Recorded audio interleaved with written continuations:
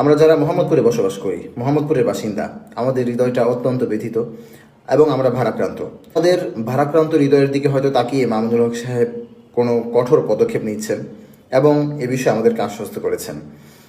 আমরা নিজ চোখে দেখেছি গতকাল ঢাকা 13-তে স্বতঃস্ফূর্তভাবে মানুষ যেমনিভাবে রিক্সা প্রতীকে ভোট দিয়েছে, শুধুমাত্র আমরাই না, বিএনপির যারা ছিলেন তারাও কেমন যেন একটা বিশ্বাস করছিলেন যে আল্লামা মামুনুল হক সাহেব দ্বিগুণ ভোট এগিয়ে বিজয় লাভ করবেন, দ্বিগুণ ভোটে তিনি বিজয়ী হবেন।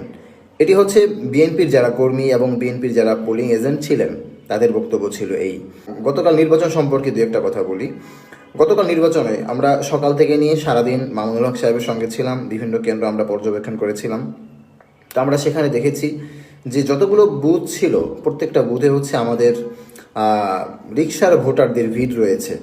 অন্যদিকে ববি হাজ্জাজের বুথে কোনো ধরনের ভোটারের স্লিপ নেওয়ার জন্য সেখানে জনগণকে আমরা দাঁড়াতে দেখিনি। এক কথায় ববি হাজ্জাজের যে বুথ ছিল সেই বুথগুলো ছিল একেবারে জনশূন্য। অন্যদিকে রিক্সার প্রত্যেকটা বুথ ছিল লোকারণ্য। সেখান থেকে ছেলে মেয়ে, বৃদ্ধা বৃদ্ধ, সর্বশ্রেণীর মানুষ একের পর এক হচ্ছে স্লিপ নিয়ে তারপরে মামুনুল হক সাহেবের রিক্সা প্রতীকে ভোট দিয়েছে। আমরা বলি যে ভোট সুষ্ঠু হয়েছে এবং এটি আমাদের আমির আল্লামা মামুনুল হক সাহেবও বলেছেন। কিন্তু সমস্যাটা হয় সন্ধ্যার পর। মাগরিবের পর নাগাদ যতগুলো কেন্দ্রের রেজাল্ট আমরা পেয়েছিলাম, প্রায় 40 থেকে 50টা কেন্দ্রের রেজাল্ট আমরা পেয়েছি। এই 50টা কেন্দ্রের মধ্যে শুধুমাত্র একটা কেন্দ্রে মামুনুল হক সাহেব পিছিয়ে ছিলেন অল্প কিছু ভোটে। অধিকাংশ ভোটগুলোতে মামুনুল হক সাহেব অনেক এগিয়ে ছিলেন। যেখানে 50টা কেন্দ্রের মধ্যে মামুনুল হক সাহেব এগিয়ে ছিলেন, শুধুমাত্র একটা কেন্দ্রে একটু পিছিয়ে ছিলেন। তো সেখানে 50টা কেন্দ্রে এগিয়ে থাকার পরেও হঠাৎ করে আমরা দেখতে পেলাম যে ভোট গণনা বন্ধ করে দিয়েছে। আমাদের এজেন্টদেরকে পিটিয়ে সেনাবাহিনী ভোট কেন্দ্র থেকে বের করে দিচ্ছে। আমাদের ছেলেদেরকে পিটিয়ে আহত করে হসপিটাল পর্যন্ত নিয়ে গিয়ে ভর্তি করেছে। শুধুমাত্র তাই নয়, আমরা এও জানতে পেরেছি যে সেনাবাহিনী নিজে ব্যালট বক্স ছিনতাই করেছে। এক কথায় সেনাবাহিনী, আর্মি ভোট কেন্দ্র থেকে ব্যালট বক্স নিয়ে গিয়েছে, এমনকি সেখানে আমাদের পোলিং এজেন্ট যিনি ছিলেন তাকেও তুলে নিয়ে গিয়েছে। একটা সময় যখন আমরা এসব সংবাদ শুনতে পেলাম তখন মোটামুটি রাত 10:30। আমরা রাত 10:30 বাজে আল্লামা মামুনুল হক সাহেব তিনি ছিলেন না, আমরা একটি গাড়ি বহর নিয়ে বের হই। তো সেখানে আল্লামা মামুনুল হক সাহেবের ছোট ভাই মাসরুর ভাই ছিলেন, আমাদের সাথে আমাদের যারা নেতাকর্মী তারা ছিলেন।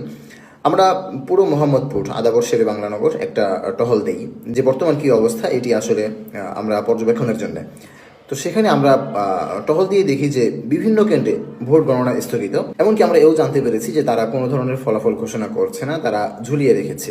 কিছু সময় পর আমরা জানতে পারলাম যে যে সমস্ত কেন্দ্রে এখন পর্যন্ত ফলাফল ঘোষণা হয়নি সেই সমস্ত কেন্দ্রে বিএনপির জনগণকে জড়ো হওয়ার জন্য বলা হয়েছে। আমরা যখন এটি জানতে পারলাম, হঠাৎ করে আমরা আমাদের গাড়ি বহর নিয়ে রেসিডেন্সিয়ালের সামনে আসলাম।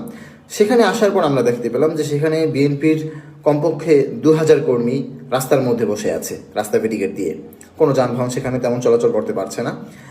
2000 কর্মী সেখানে রাস্তার মধ্যে বসে আছে। অন্যদিকে আমাদের কোনো লোকজনকে সেখানে তেমন উল্লেখযোগ্যভাবে দেখতে পেলাম না। এক কর্নারে গুটি কয়েক আমাদের কর্মী বাহিনীকে আমরা সেখানে দেখতে পেয়েছিলাম। কিছুক্ষণ পর আমরা জানতে পারলাম যে রেসিডেন্সিয়াল, যেখানে 2500 কর্মী জনসমর্থন নিয়ে বিএনপি রাস্তার মধ্যে বসেছিল, সেখানে মামুনুল হক সাহেব 2500 ভোট পিছিয়ে তারা ফলাফল প্রকাশ করেছে।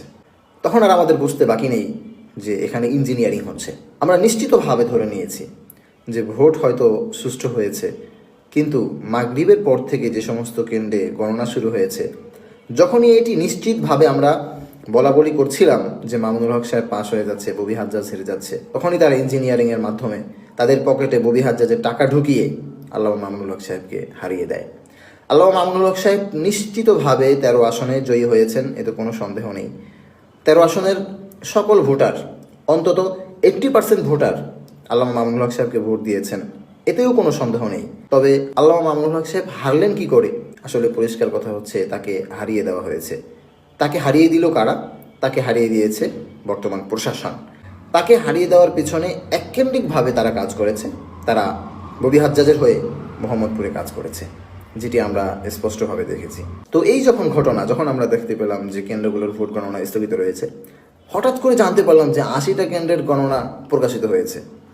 তো ফলাফল যখন প্রকাশ হয়ে গেল তখন আমরা অবাক হয়ে গেলাম এই জন্য যে সেখানে মামুনুল হক সাহেব 3000 ভোট পিছিয়ে আছে। মামুনুল হক সাহেবের সাথে যখন সর্বশেষ আমাদের কথা হয়, মামুনুল হক সাহেব তিনি অত্যন্ত কষ্ট নিয়ে আমাদেরকে বলেছিলেন যে নির্বাচন শেষ, তোমরা যার যার মতো করে থাকো। আমি তখন আমার নিজ বাসায় চলে আসি। বাসায় আসার পরে হঠাৎ করে নিউজে দেখলাম, এনটিভি নিউজ করেছে যে মামুনুল হক সাহেব বিজয়ী হয়েছে। অবাক হয়ে গেলাম যে মামুনুল হক সাহেব 3000 ভোট পিছিয়ে আছে, হঠাৎ করে আবার বিজয়ী হয়েছে, এটি কি করে সম্ভব? আমরা আবার জামিয়া রাহমানিয়া গেলাম, তো সেখানে আমাদের কর্মীরা ছিলেন। তো একে একে দেখতে পেলাম যে যুগান্তর নিউজ করছে মামুনুল হক সাহেব বিজয়ী হয়েছে। অতঃপর 71 টেলিভিশন রিপোর্ট করেছে মামুনুল হক সাহেব বিজয়ী হয়েছে। এমনিভাবে দেখা যায় ধারাবাহিকভাবে মামুনুল হক সাহেবের বিজয়ের সংবাদ আমাদের কাছে আসতে লাগলো। তো আমরা অবাক হলাম এর জন্য যে তারা এই সংবাদগুলো পাইল কোথায়। আমরা মামুনুল হক সাহেবের বিজয়ী সংবাদ এখন পর্যন্ত পাইনি, কারণ হচ্ছে আমাদের কাছে যে সংবাদ এসেছিল, আমরা জেনেছিলাম যে সর্বশেষ প্রশাসন বিভিন্নভাবে ববি হাজ্জাজকে সহযোগিতা করেছে এবং তার কর্মীদেরকে সহযোগিতা করেছে, এমনকি সেখানে কারচুপিও করেছে। সব কিছু মিলিয়ে মামুনুল হক সাহেব অনেক ভোট পিছিয়ে আছে, এটি তারা ফলাফল প্রকাশ করেছে, এটি আমরা জানতে পেরেছিলাম। তো যাই হোক, তো 71 টেলিভিশন, এনটিভি, আরটিভি, এরপর হচ্ছে যুগান্তর পত্রিকা, এরা যে অনলাইনে প্রচার করলো যে মামুনুল হক সাহেব হচ্ছে বিজয়ী হয়েছে, এরা এই সংবাদটা পাইলো কোথায়, এটি আমরা আসলে ভেবে কুল পাচ্ছিলাম না। হঠাৎ করে দেখতে পেলাম যে এনটিভি তাদের পোস্ট ডিলিট করে দিয়েছে। তো যাই হোক, এটিতে আমরা আসলে ততটা দুশ্চিন্তার মধ্যে পড়িনি, কারণ হচ্ছে আমাদের মামুনুল হক সাহেবকে যে তারা হারিয়ে দিচ্ছে, প্রশাসন যে মামুনুল হক সাহেবকে হারিয়ে দিচ্ছে এবং মামুনুল হক সাহেবকে যে কোনো দিক থেকে কোনো ধরনের সহযোগিতা করছে না, এটি আমরা সেই বিকেল থেকেই দেখতে পেয়েছিলাম। সবশেষে একটা কথাই বলবো যে মামুনুল হক সাহেব হারেনি। ঢাকা 13 আসনের জনগণ মামুনুল হক সাহেবকে বাদ দিয়ে ববি হাজ্জাজকে ভোট দিয়ে ববি হাজ্জাজকে জিতিয়ে দেয়নি। এখানে মূলত মামুনুল হক সাহেবকে ভোট দেওয়া হয়েছে। 13 আসনের জনগণ মামুনুল হক সাহেবকেই চেয়েছে এবং মামুনুল হক সাহেবের বাক্সেই ভোটগুলো পড়েছে। কিন্তু ইঞ্জিনিয়ারিং করে প্রশাসন এবং সরকারি কর্মকর্তারা তারা চায়নি যে মামুনুল হক সাহেবের মতো একজন লোক সংসদে যাক, তাদের ঘুষের টাকা বন্ধ হয়ে যাক, তাদের অনিয়ম, অন্যায়, দুর্নীতি, চাঁদাবাজি এগুলো বন্ধ হয়ে যাক। এটা মূলত 13 আসনের সরকারি কর্মকর্তারা চায়নি, যার কারণে মূলত তারা নিজেরাই টাকা খেয়ে মামুনুল হক সাহেবের বিপক্ষে অবস্থান নিয়ে ইঞ্জিনিয়ারিং করে মামুনুল হক সাহেবকে হারিয়ে দিয়েছে।